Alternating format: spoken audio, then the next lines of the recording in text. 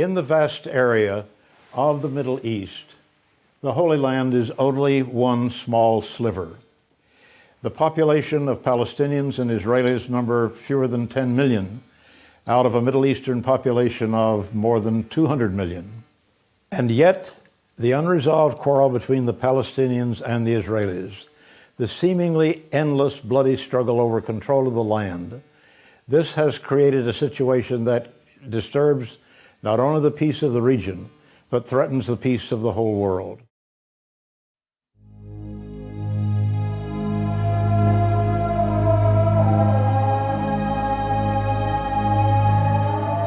The Holy Land, so it has been called by millions of devout believers over many centuries.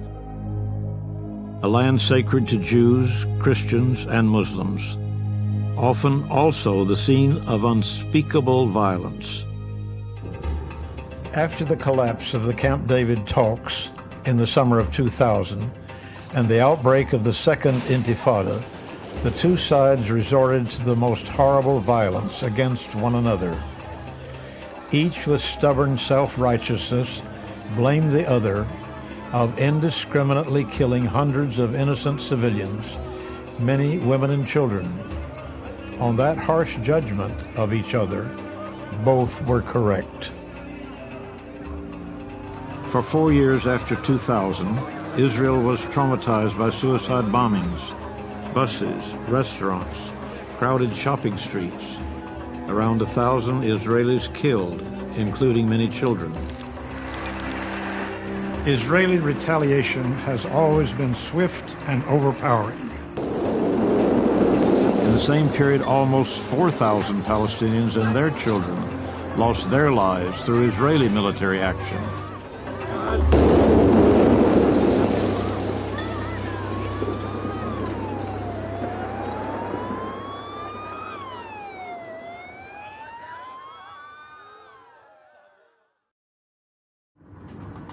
I've watched the tragedy of the conflict from the inside, the pain and suffering and the endless negotiations which never seem to lead to a permanent end to the killing. For 4 years as rector of the Tantur Ecumenical Institute between Jerusalem and Bethlehem, I helped bring together Christian, Jewish, and Muslim scholars and religious leaders for study and dialogue, and sometimes high-level, unpublicized exchanges on crucial issues. The basic quarrel, of course, is over the land. Under the Armistice Agreement of 1949, Israel held roughly 3/4 of historic Palestine. The Arabs held an area west of the River Jordan, plus the Gaza Strip. The boundary became known as the Green Line. Even Jerusalem was split in two.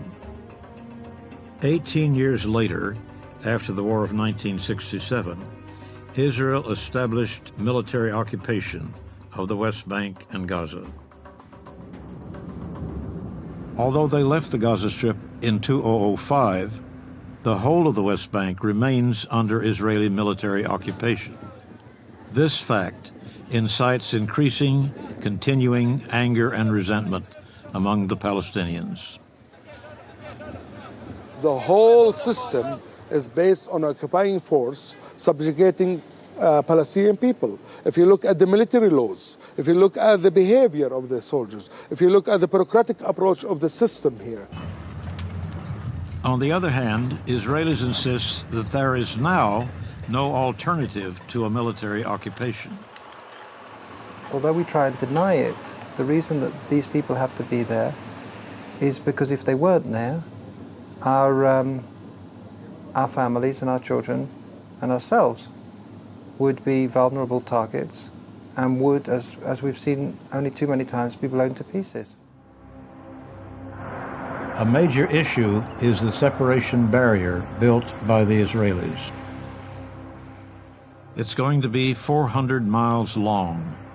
The purpose is to separate the Palestinians on the West Bank from the Israelis. It's where we can most effectively stop the terrorists getting to the Jews and the Israelis that are targets for them wherever they are, on either side of the Green Line. It is constructed in the middle of the neighborhood You can see on the right side Palestinian neighborhoods, and on the left side it's Palestinian neighborhoods. So the wall is constructed between Palestinians. 32,000 Palestinians will be on the other side of the wall, and here on this side about 230,000 Palestinians will be cut off from their relatives, from their families, from the market on the other side. I went to visit Colonel Benzi Gruber, an Israeli army reservist, commander of a brigade of 4,000 men. What is his opinion of the wall? Separation wall is a very bad solution, really. If you see the way that it goes, in every kilometer it goes something around 10 kilometers like this. It's, not logical. You can't even think about an really army that, can defend stuff like this. And I don't think that this is the solution.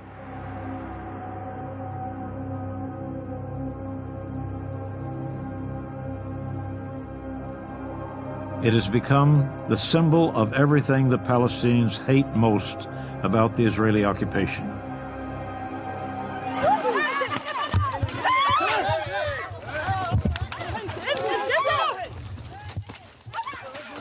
For many villagers and farmers, the wall threatens their livelihood, and they try to stop it however they can. Most of the West Bank is rural, and life for village people is precarious. Alongside the wall, the checkpoints represent the worst evils of the occupation. The experience of passing through these checkpoints is for most Palestinians an inescapable daily humiliation. Dr. Jad Isaac, a leading Palestinian environmentalist, heads a research institute in Bethlehem.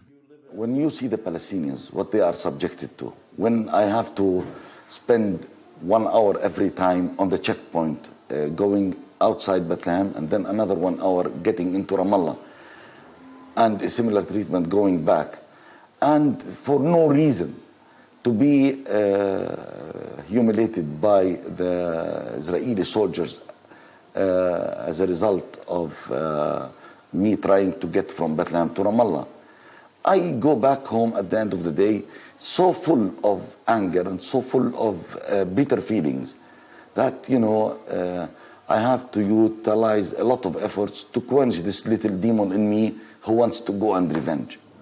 Every day, our security officials are asking themselves, well, maybe today we can allow in people who are over the age of 30, or people who are married and have children because they're less of a security risk.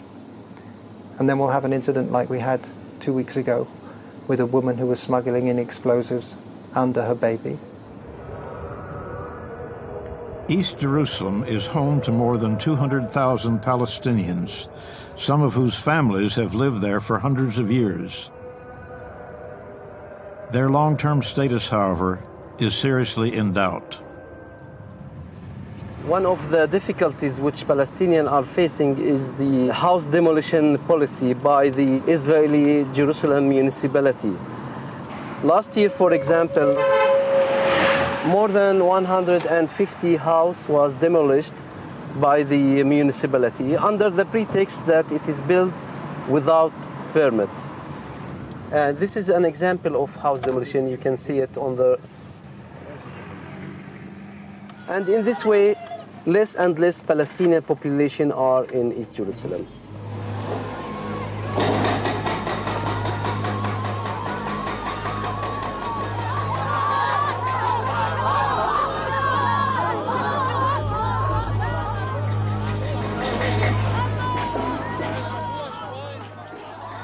Ever since their extraordinary victory in the Six-Day War of 1967, the Israelis have been building Israeli Jewish settlements scattered throughout the occupied Palestinian Arab territories. Towns, small outposts, some becoming real cities. For many of the settlers, the very act of living on this land is an assertion of a God-given right. Kiryat Arba is close to the biblical town of Hebron, the home of Abraham. Gary Cooperberg was one of the original settlers. If you look in the Bible, it's very clearly written that God promised this land to Abraham as an eternal inheritance for him and his children. This vacant hillside became the first major community to be built in the lands that we redeemed in 1967. In new neighborhoods around Jerusalem and across the West Bank now live Israeli Jews on lands taken over from the Palestinians. How, ask the Palestinians, can you ever create a viable state with permanent Jewish settlements scattered throughout the proposed new Palestine? Many Palestinians have emigrated over the past 50 years to various foreign countries. Moreover, several hundred thousands of refugees still live in camps in Jordan, in Syria, in Lebanon, here in the West Bank, as well as in Gaza. They have no land of their own and no right of return to their original villages and towns. The El Arub camp is on the road between Bethlehem and Hebron. It was established after the 48-49 war, and many Palestinians, now middle-aged, were born here and have known no other home. People is very poor in our camp here, and we have many social problems happened between the couple at home. Because he did not Poverty, unemployment, and above all, resentment at the occupation has encouraged violence.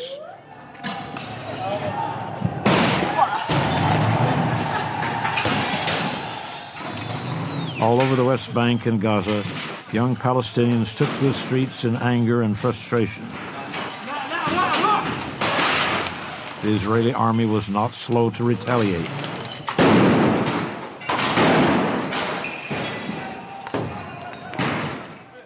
Oppressive measures which we are subjected to every day are driving Palestinians into extremism and fundamentalism. A number of extremist organizations, such as Islamic Jihad and the Al-Aqsa Brigade, are well armed. They appeal to young men already seething with anger, who embrace the message that nothing can change Israeli policies except armed resistance. The world was shocked to discover how great is the voter appeal of Hamas. I went to Gaza to meet the Hamas leader, Dr. Mahmoud al-Zahar. In 2003, he survived an assassination attempt by the Israelis that took the life of his son. What anybody will expect from people like us if their house is demolished, if their son killed, if their trees are removed, if they change Gaza into a big prison. We started by peaceful method, and when the international community neglected our national demand, and when the Israeli treated our national demand very aggressively, we resorted to run a self-defense by using gun. The ultimate and most terrifying form of armed resistance is suicide bombing. Do the people who support suicide bombing believe that this will win them popular support? The question is not popularity. The question how to convince the other side that their occupation is costing them too much. The aim is to push the Israeli outside. Now, when we succeeded to push them outside Gaza Strip, we stopped that. So it's not our intention to kill a civilian. I have known Hanan Ashrawi for many years.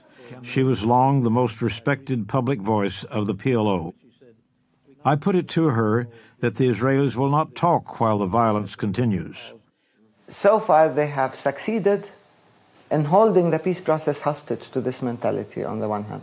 And on the other, they have provoked tremendous violence by acts of incitement, like shelling, bombing, house demolitions, uprooting trees, destroying crops, assassinating political leaders, placing all the Palestinians under closure in a state of total immobility, a prison. And then they wonder, why are some Palestinians reacting violently?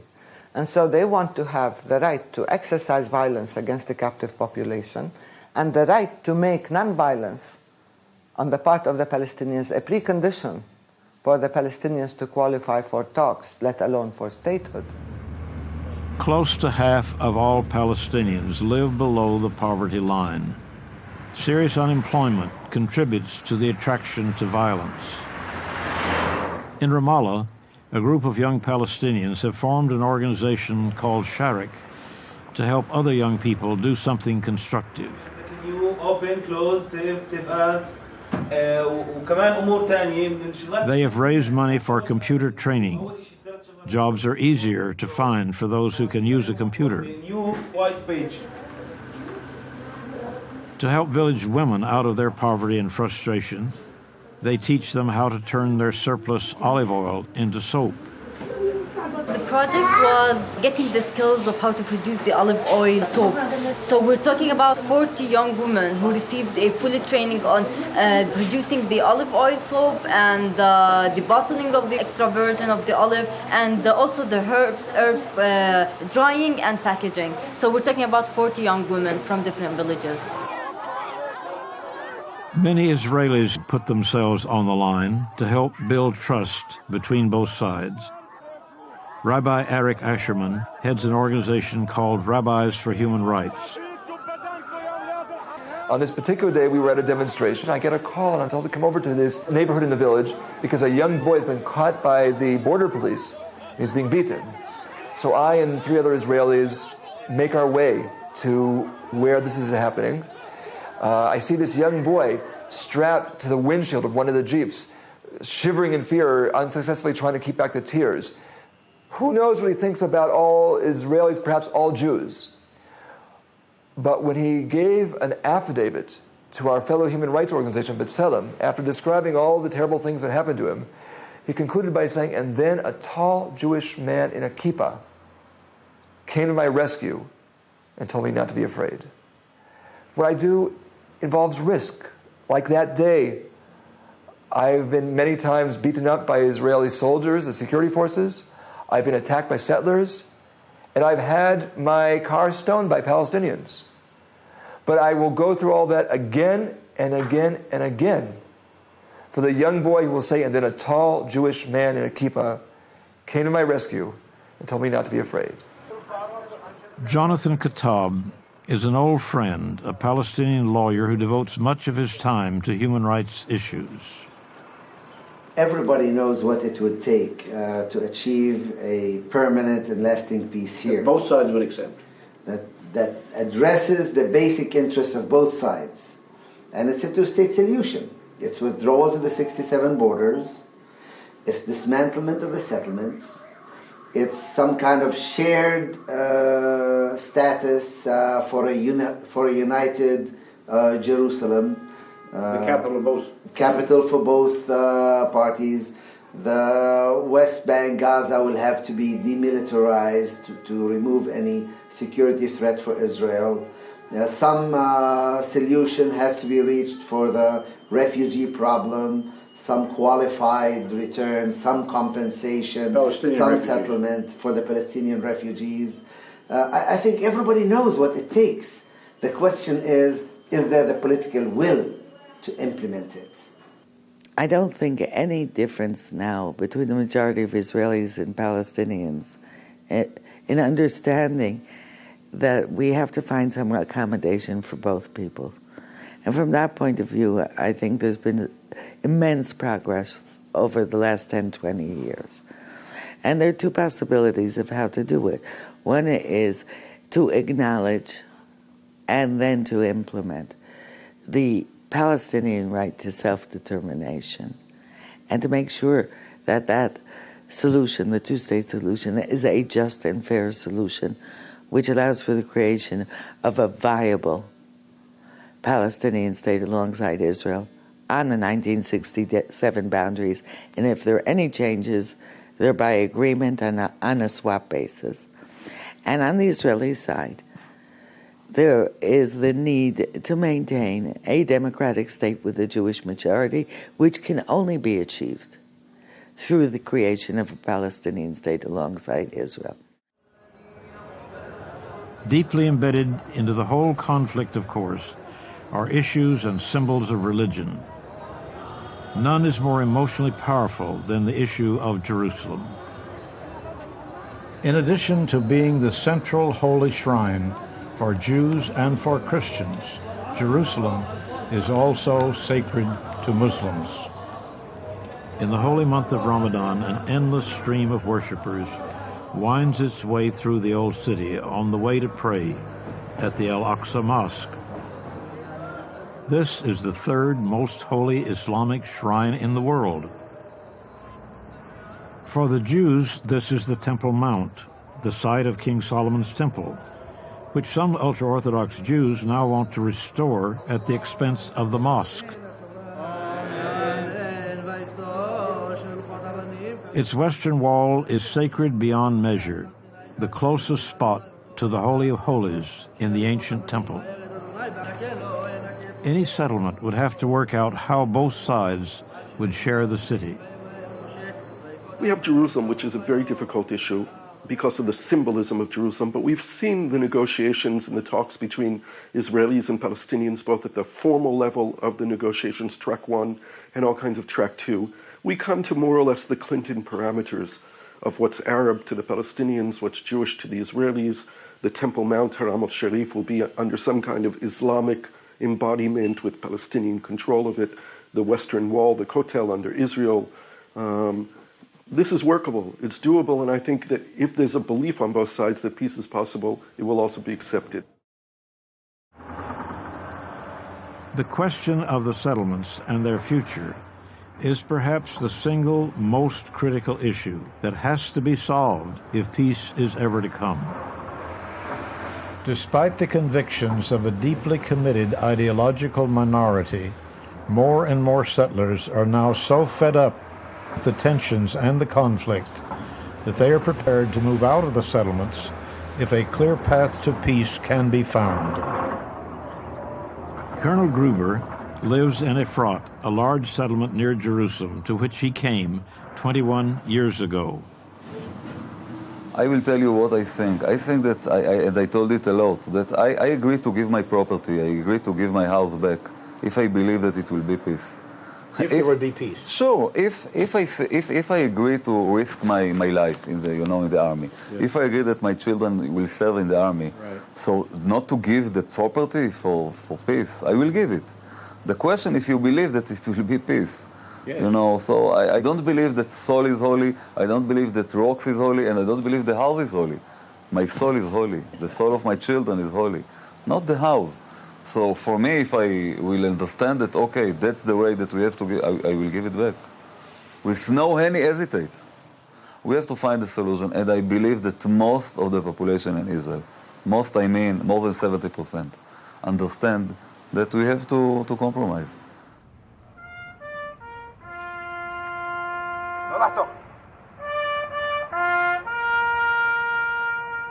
Remarkably, in 2005, in a dramatic and controversial shift in policy, Prime Minister Ariel Sharon decided to pull out 8,000 Israeli settlers and the entire occupying force from the Gaza Strip.